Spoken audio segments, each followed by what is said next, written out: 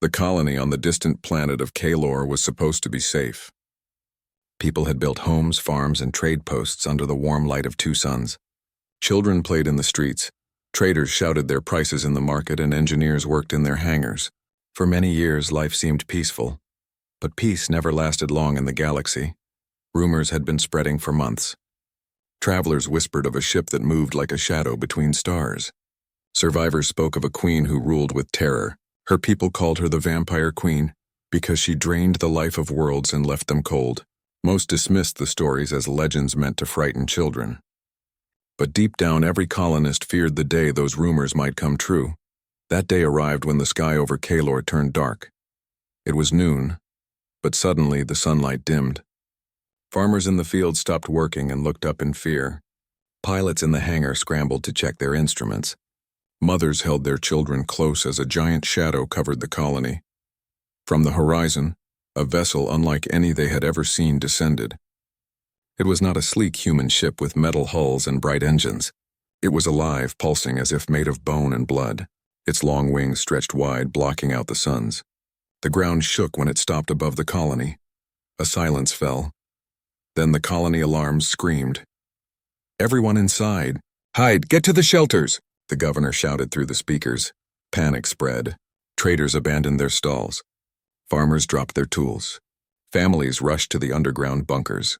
Soldiers armed with rifles lined up at the edge of the square, but their hands trembled. They had all heard the name whispered before, the alien Vampire Queen, and no training had prepared them for her.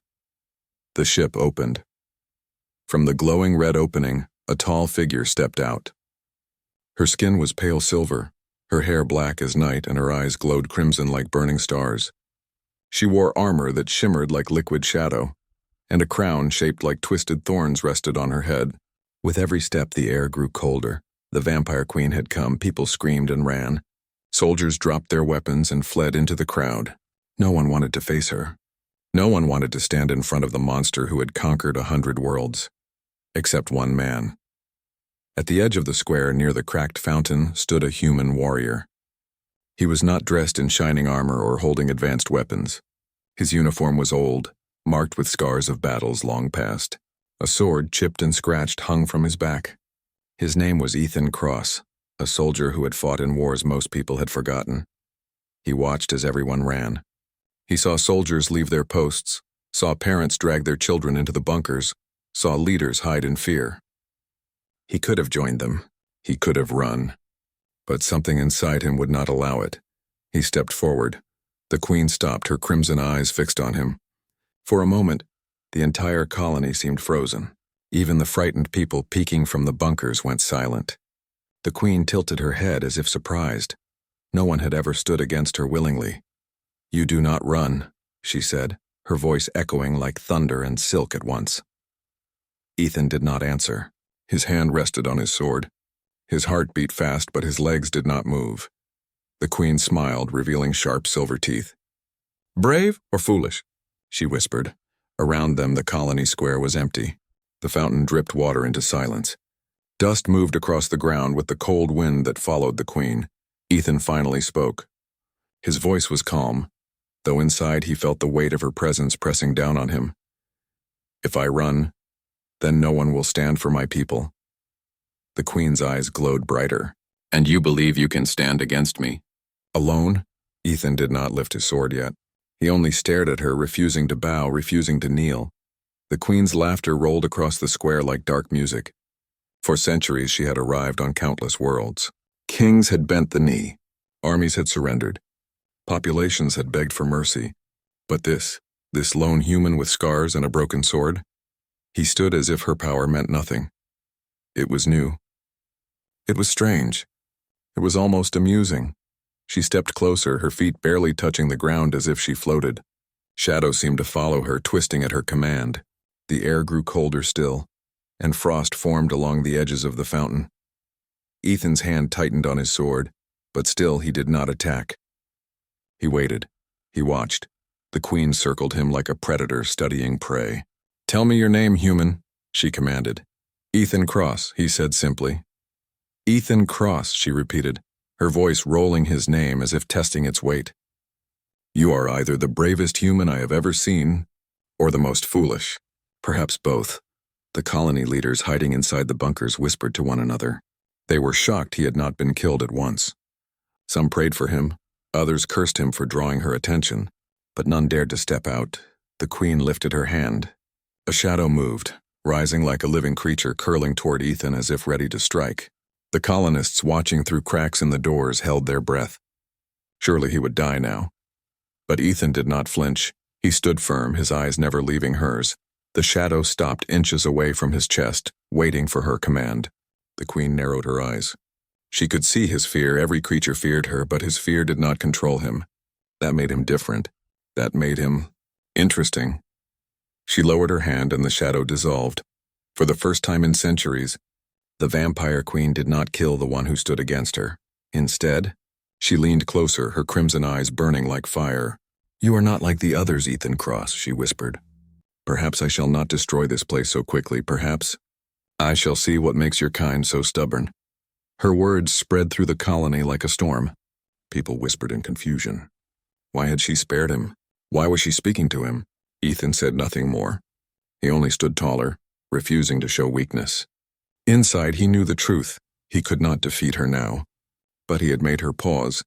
He had bought his people time, and that was enough.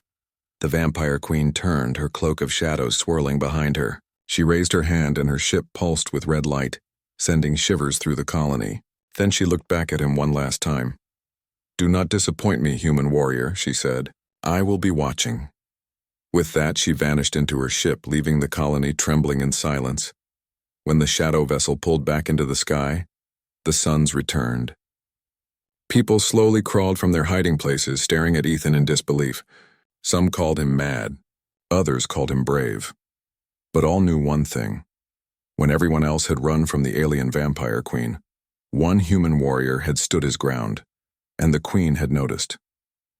After the alien vampire queen's ship rose back into the dark sky, the people remained awake, whispering about what they had seen. Some spoke in fear, saying she would return and destroy them all. Others argued that maybe, just maybe, she had spared them because of Ethan Cross, the lone warrior who had stood his ground. Children asked questions their parents could not answer. Why did she not kill him? Why did she speak to him? No one knew. Even the leaders of the colony, who usually gave strong speeches, stayed quiet, avoiding the eyes of their people. But Ethan did not hide. He sat in the square, the same place he had faced her, sharpening the edge of his worn sword. The fountain behind him still dripped cold water, and the frost that had spread during her presence had not fully melted. His body ached from the pressure she had put on him, but his mind was sharp. He had seen many enemies in his life, but none like her. Still, he had not run. By morning, the colony governor and his guards came to him. The governor's face was pale, his hands shaking as he spoke. "Ethan, why did you stand there? You could have gotten us all killed. She could return at any time." Ethan looked up, his eyes calm. She already had the power to destroy us. Running would not have stopped her. Someone had to show her we are not only prey. The guards shifted uncomfortably. They respected his courage, but they feared his boldness would provoke her. The governor lowered his voice. "You must leave the colony. If she comes back and sees you again, she may bring her wrath upon us all." Ethan stood, taller than most of them, his scarred face hard with resolve. "If I leave, what message does that send? That humans only run? That our strength is nothing?" The governor could not answer. He simply shook his head and walked away, leaving Ethan alone once more. 3 days passed. The colony tried to return to normal, but fear lingered in every corner. Soldiers patrolled the streets, though their eyes darted nervously to the skies. Traders set up stalls again, but their voices were quieter. Farmers worked their fields, but every sound of the wind made them flinch. And then, on the 4th day, the sky darkened again. The same living vessel descended, casting its massive shadow across the land. This time the colonists did not run at once. They froze, staring in dread. Mothers pulled their children close, and soldiers lifted their rifles though their hands trembled. The ship opened, and once again the alien vampire queen stepped out. Her silver skin glowed under the twin suns, her crimson eyes sweeping across the colony square. She could feel their fear, taste it in the air. Normally it pleased her, but today, Her eyes searched for only one person, Ethan. He was already there, standing in the center of the square as if he had been waiting. His sword rested on his back and his arms were crossed. The colonists whispered from their hiding places.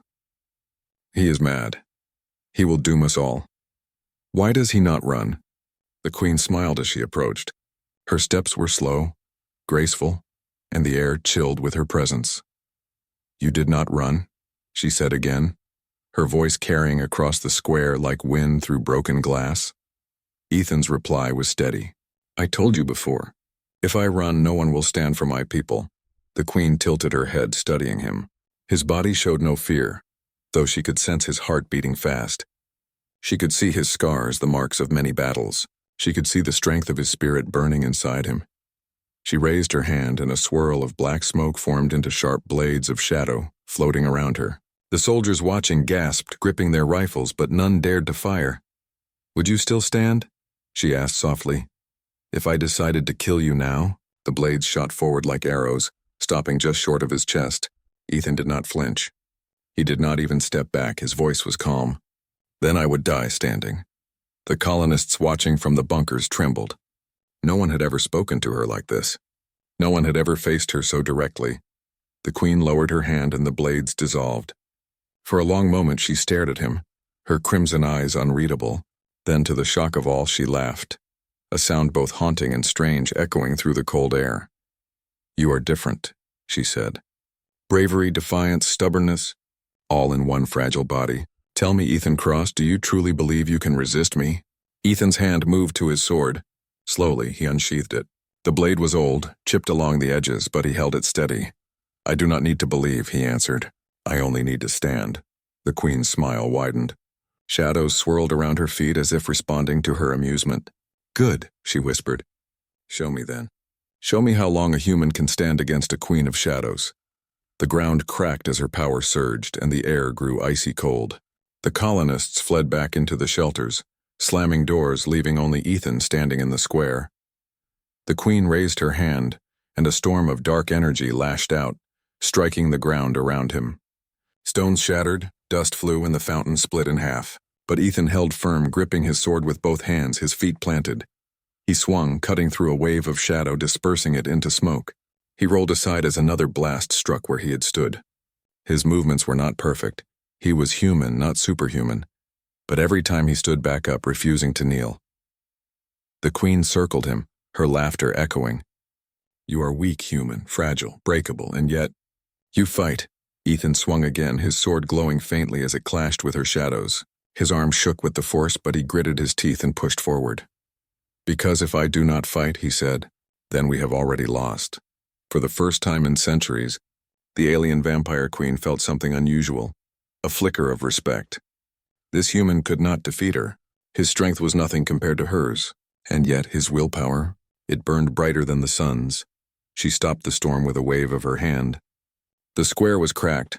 Dust filled the air, and Ethan stood breathing hard, sweat on his brow, his sword lowered but unbroken.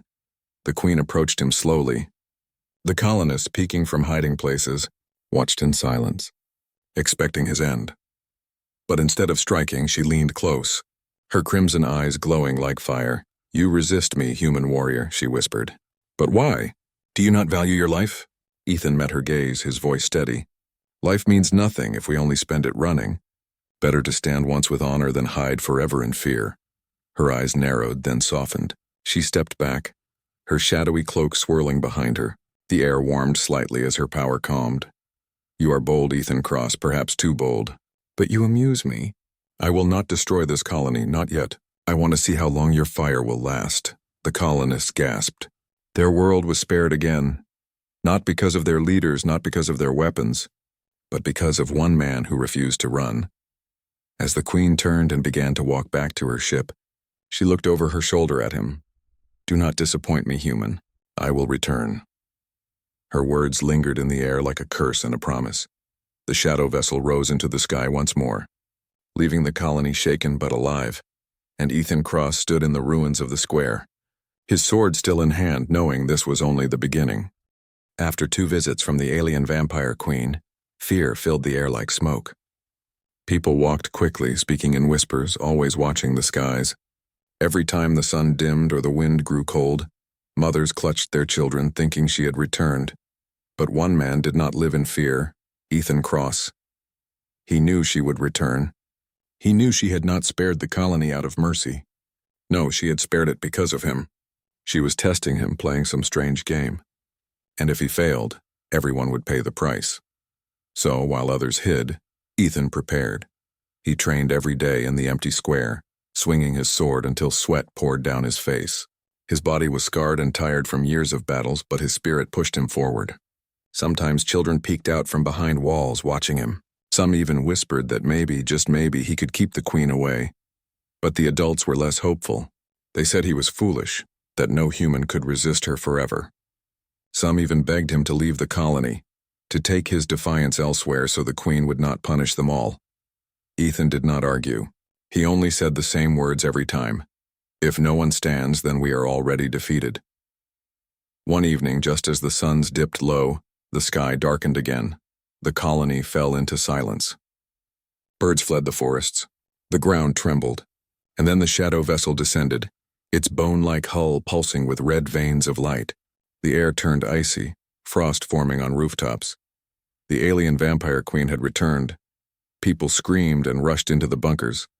But some stayed hidden behind walls, unable to look away. Ethan was already there, standing in the center of the square, waiting. His sword was strapped to his back, his face calm but focused. He knew this moment would come. The queen stepped out of her ship, her pale silver skin glowing under the twin moons. Her crimson eyes burned brighter than before, and her cloak of shadows swirled as if alive. She looked at Ethan and smiled.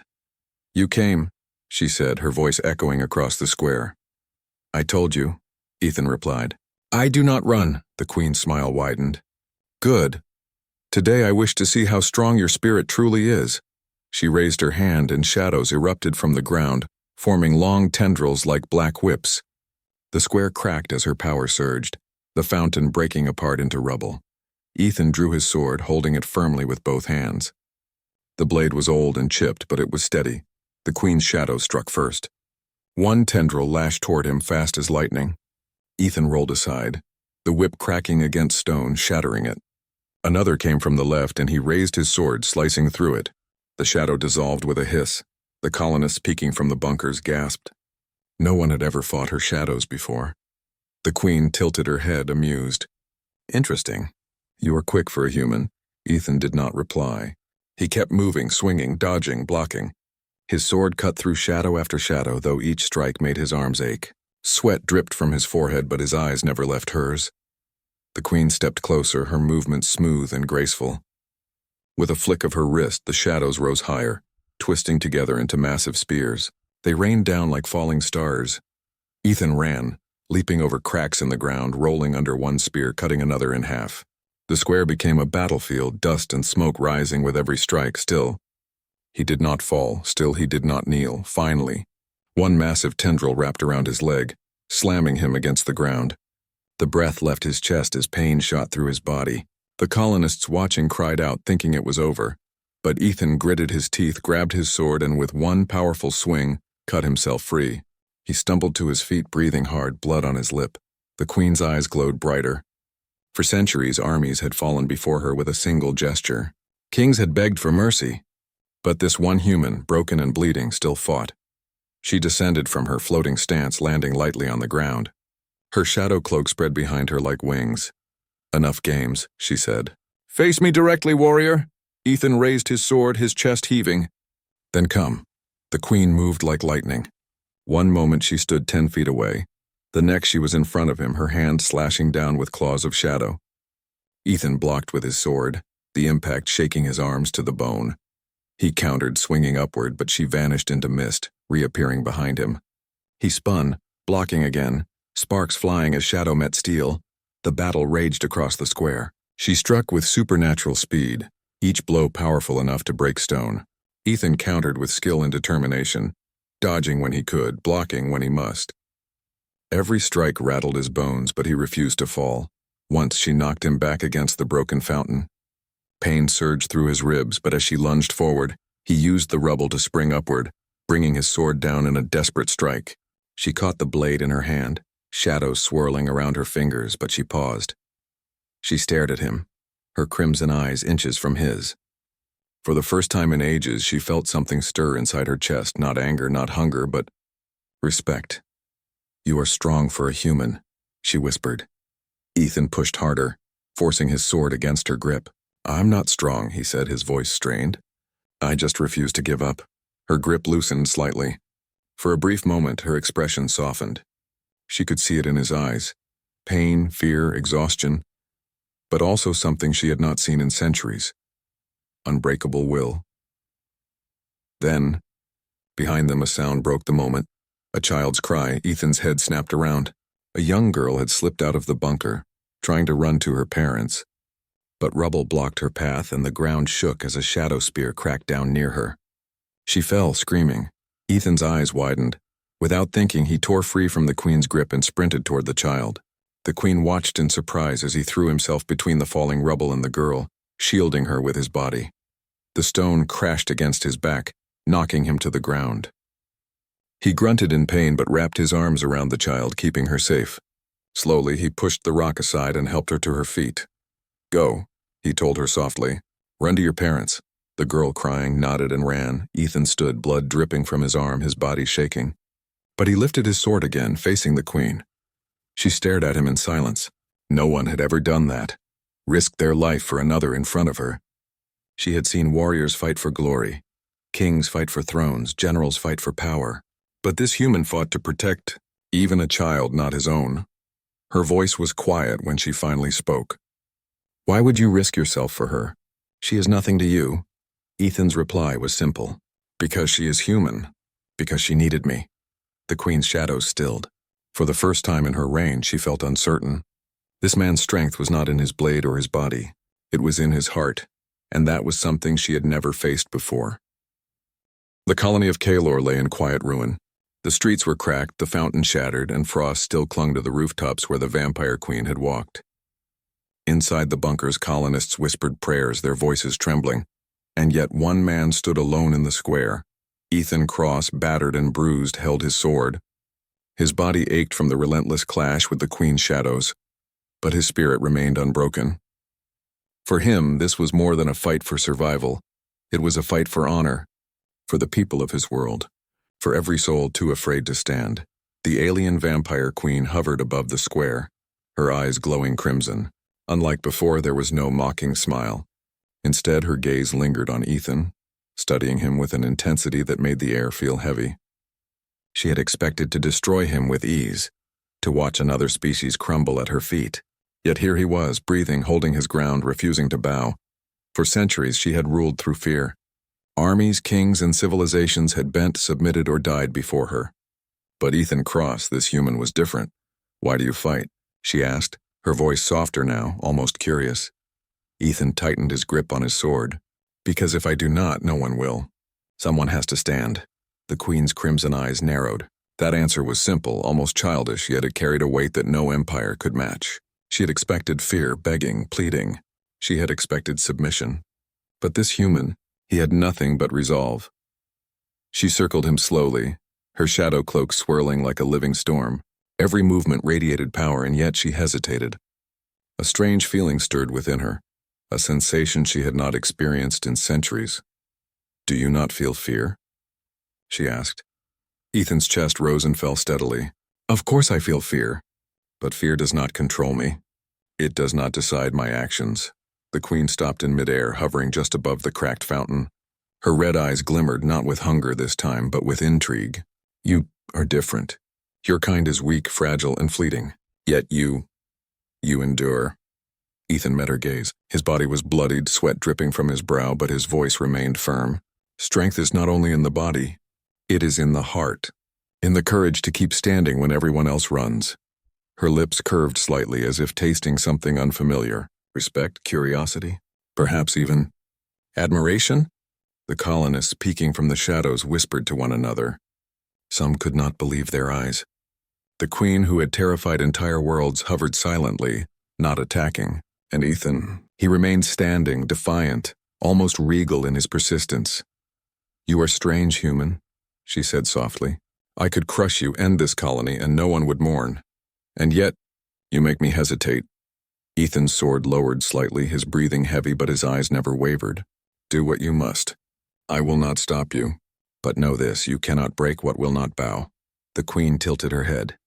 She had never faced such a challenge. Her entire existence had been built on dominance, control, and fear. And here, on a small, distant colony, a single human had shown her something that defied everything she had known. For a long moment, neither spoke. Only the wind whispered through the broken streets carrying dust and frost. Finally, she landed before him. Her presence was immense, towering over Ethan, yet she did not strike. Her shadow cloak swirled, creating an almost impenetrable barrier of darkness, but it did not touch him. I am not used to hesitation, she said quietly. I am used to obedience, terror, and surrender, but you are not like the others. Why? Ethan wiped the sweat from his brow. Because life is not just about surviving. It is about standing for something, for someone. Even if I fall, I want my people to know that at least one of us refused to be afraid. The queen paused. His words were so simple, yet they carried a power far greater than any sword or shadow. He did not speak of himself. He spoke for others, for the colony, for a hope she had never understood. She raised her hand and the shadows around her formed into spears, swirling and shifting. Normally they would have struck without hesitation, shattering everything in their path. Yet she did not command them. She was testing herself, watching him, measuring not his strength but his spirit. You could still die, she said, and it would serve as a lesson to your people. Ethan did not flinch. And if I die, my people will remember me. They will remember that someone stood. The queen's crimson eyes softened almost imperceptibly. She had never been challenged in such a way. For centuries, her reign had been built on fear. And now, this human had shown her a concept she had never considered. Courage beyond instinct, beyond survival, beyond self-interest. The colony watched silently. They had never seen their warrior falter, yet they had never seen the queen hesitate either. The air between them seemed to shimmer, charged with a tension that no one could name. Ethan took a slow step forward, his sword in hand. I do not fight you to win, he said. I fight because it is right to fight. I fight because someone must protect the helpless, even if that means standing alone. The queen's lips parted, as if she wanted to speak, but no words came. She circled him again, shadows swirling, testing, probing, but not striking. You are unlike any human I have ever encountered, she said finally. Perhaps I have underestimated you. Perhaps there is something more to your kind than I realized. Ethan lowered his sword slightly, sensing a moment of uncertainty in her. You may have power, but it is not fear alone that makes us strong. You may be immortal, but we endure in ways you cannot understand. Stand too long in one place and even the strongest fall. But the human spirit, the human heart, endures. The queen paused. She had conquered countless worlds, yet no one had ever spoken to her like this. No one had ever faced her with such defiance, with such clarity. And now she found herself reconsidering her plan. For centuries she had lived as a predator, feared and obeyed. Yet Ethan's courage challenged that. His defiance made her see something she had long forgotten. The possibility of respect, of equality, of a being worthy of attention beyond mere prey. You are curious, she said slowly. I should destroy you. I should end this colony and move on. And yet I cannot decide. You make me question something I thought I had lost centuries ago. Ethan met her gaze steadily. Do not waste time questioning me. Do what you must. But know that I will not run. I will not kneel. I will not submit. The queen's shadow swirled faster, almost violently, as if reflecting her inner turmoil. For the first time she was unsure of herself. She had never hesitated. She had never wondered, and now? Here she was, facing a single human who had defied her every expectation. Finally she stepped back, lifting her hand. The shadows around her dissolved slowly, retreating like smoke into the wind. Her crimson eyes softened and she hovered silently above the square. You are remarkable, she said, almost to herself. Perhaps I will watch you longer. Perhaps you are worth seeing more of. Ethan lowered his sword completely, exhausted but still alert. He did not celebrate. He did not relax. He only stood, breathing heavily, knowing he had survived another encounter. The queen turned her gaze to the colony. I will not destroy this world. Not yet, she said, her voice echoing, but I will be watching. And you, human warrior, will be at the center of my attention. With that, she lifted off, disappearing into her ship. The twin suns returned to full brightness and the air slowly warmed. Dust settled on the streets, frost melted, and the colony slowly emerged from their shelters. They looked at Ethan with awe. Fear was still there, but now it was mixed with hope. One human had stood, and in doing so he had changed the way the Queen saw them. Ethan looked at the broken streets, the frost, and the cratered fountain. His body ached, but his spirit was steady. This battle was far from over. The Queen's attention was now fixed on him, and he knew the future would test every ounce of his courage. But he did not run. He did not kneel. He stood firm, ready for whatever came next. Because for a human warrior, standing alone was never the end. It was the beginning.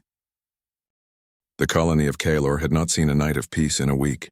After repeated visits from the alien vampire queen, the people feared every shadow, every gust of wind, every faint tremor in the ground.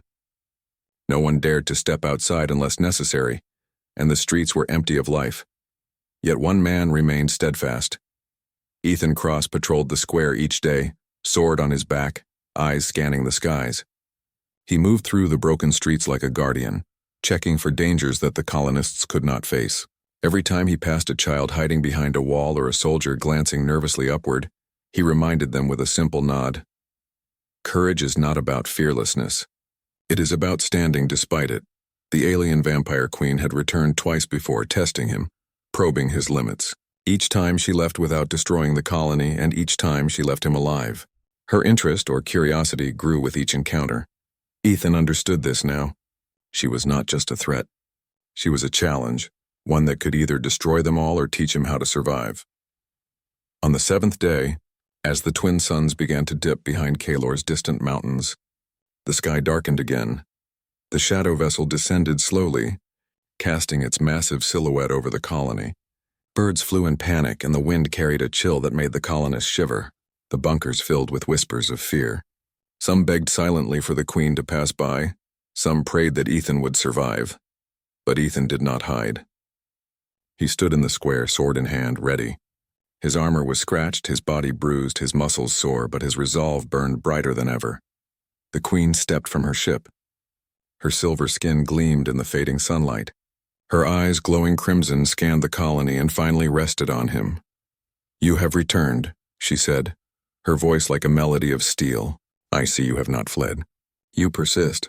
You continue to defy me." Ethan did not answer immediately. He watched her approach, the shadows swirling around her feet, the air growing colder with each step. "I do not run," he said finally.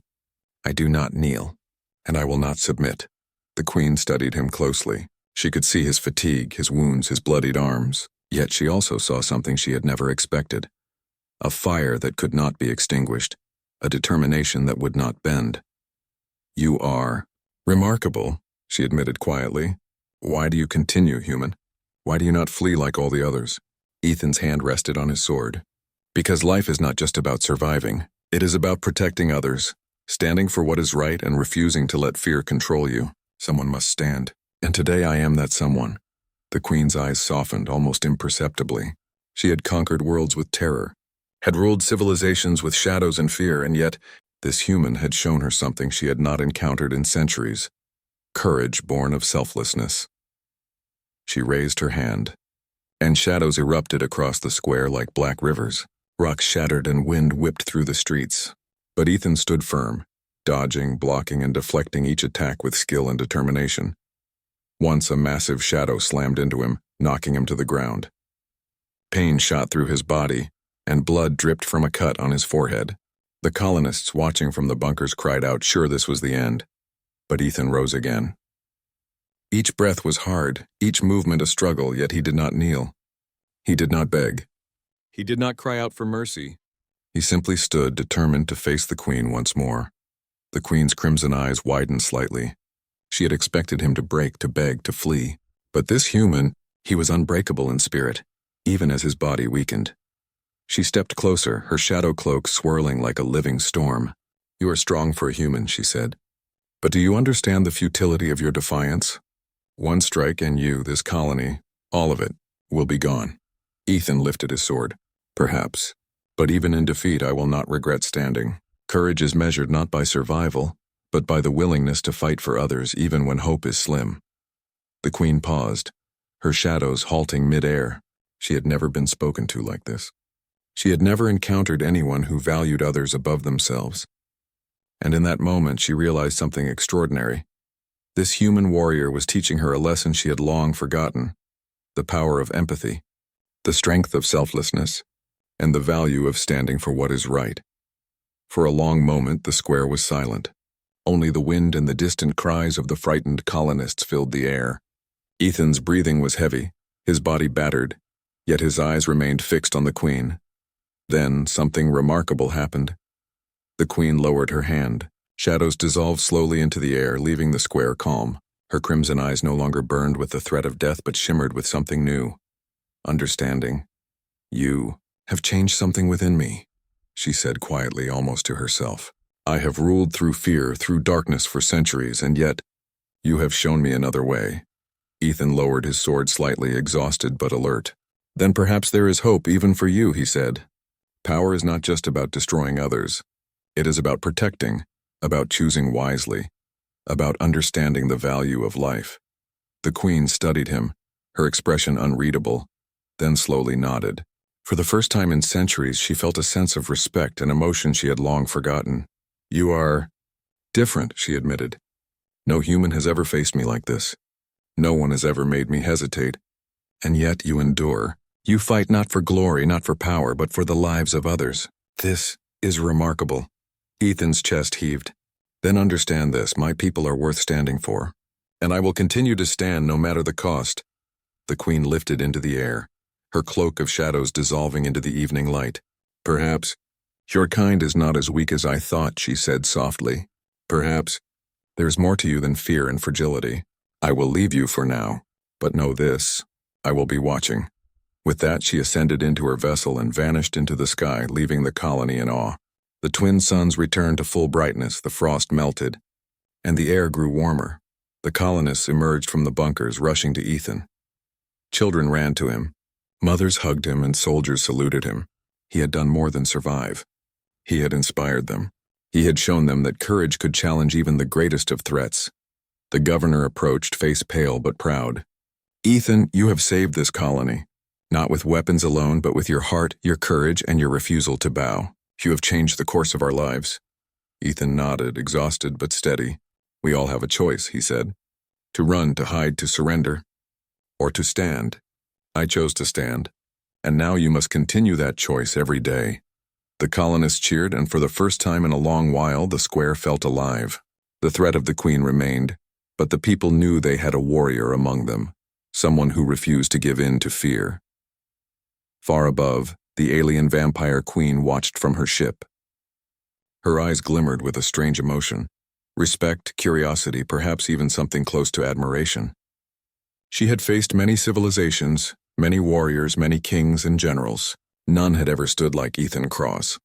For the first time, she considered another path. Perhaps destruction was not the only way. Perhaps power could coexist with understanding, strength could coexist with respect, and fear could be replaced with courage. Ethan had not defeated her with strength alone. He had defeated her with something far greater: an unyielding human spirit. The colony began to rebuild, inspired by the courage of one man who had refused to run. Soldiers trained harder, children learned to be brave, and the people whispered tales of the human who had faced the alien vampire queen and stood tall. Ethan Cross, battered, bruised, and exhausted, walked through the streets. He did not seek glory. He did not seek reward. He only sought to ensure the people were safe, that hope remained alive, and that the queen had learned a lesson that even the most powerful beings could not ignore. Courage and heart could challenge even the greatest darkness. And far above, the alien vampire queen considered what she had witnessed. Perhaps, she thought, humans were not merely fragile, fleeting creatures. Perhaps they possessed something she had never truly understood: the indomitable strength of the human spirit. The colony of Kaelor would live to see another day. And for that they had one human warrior to thank, one human warrior who refused to run, one human warrior who had changed the course of an empire, one human warrior who had faced the alien vampire queen and lived to inspire a world.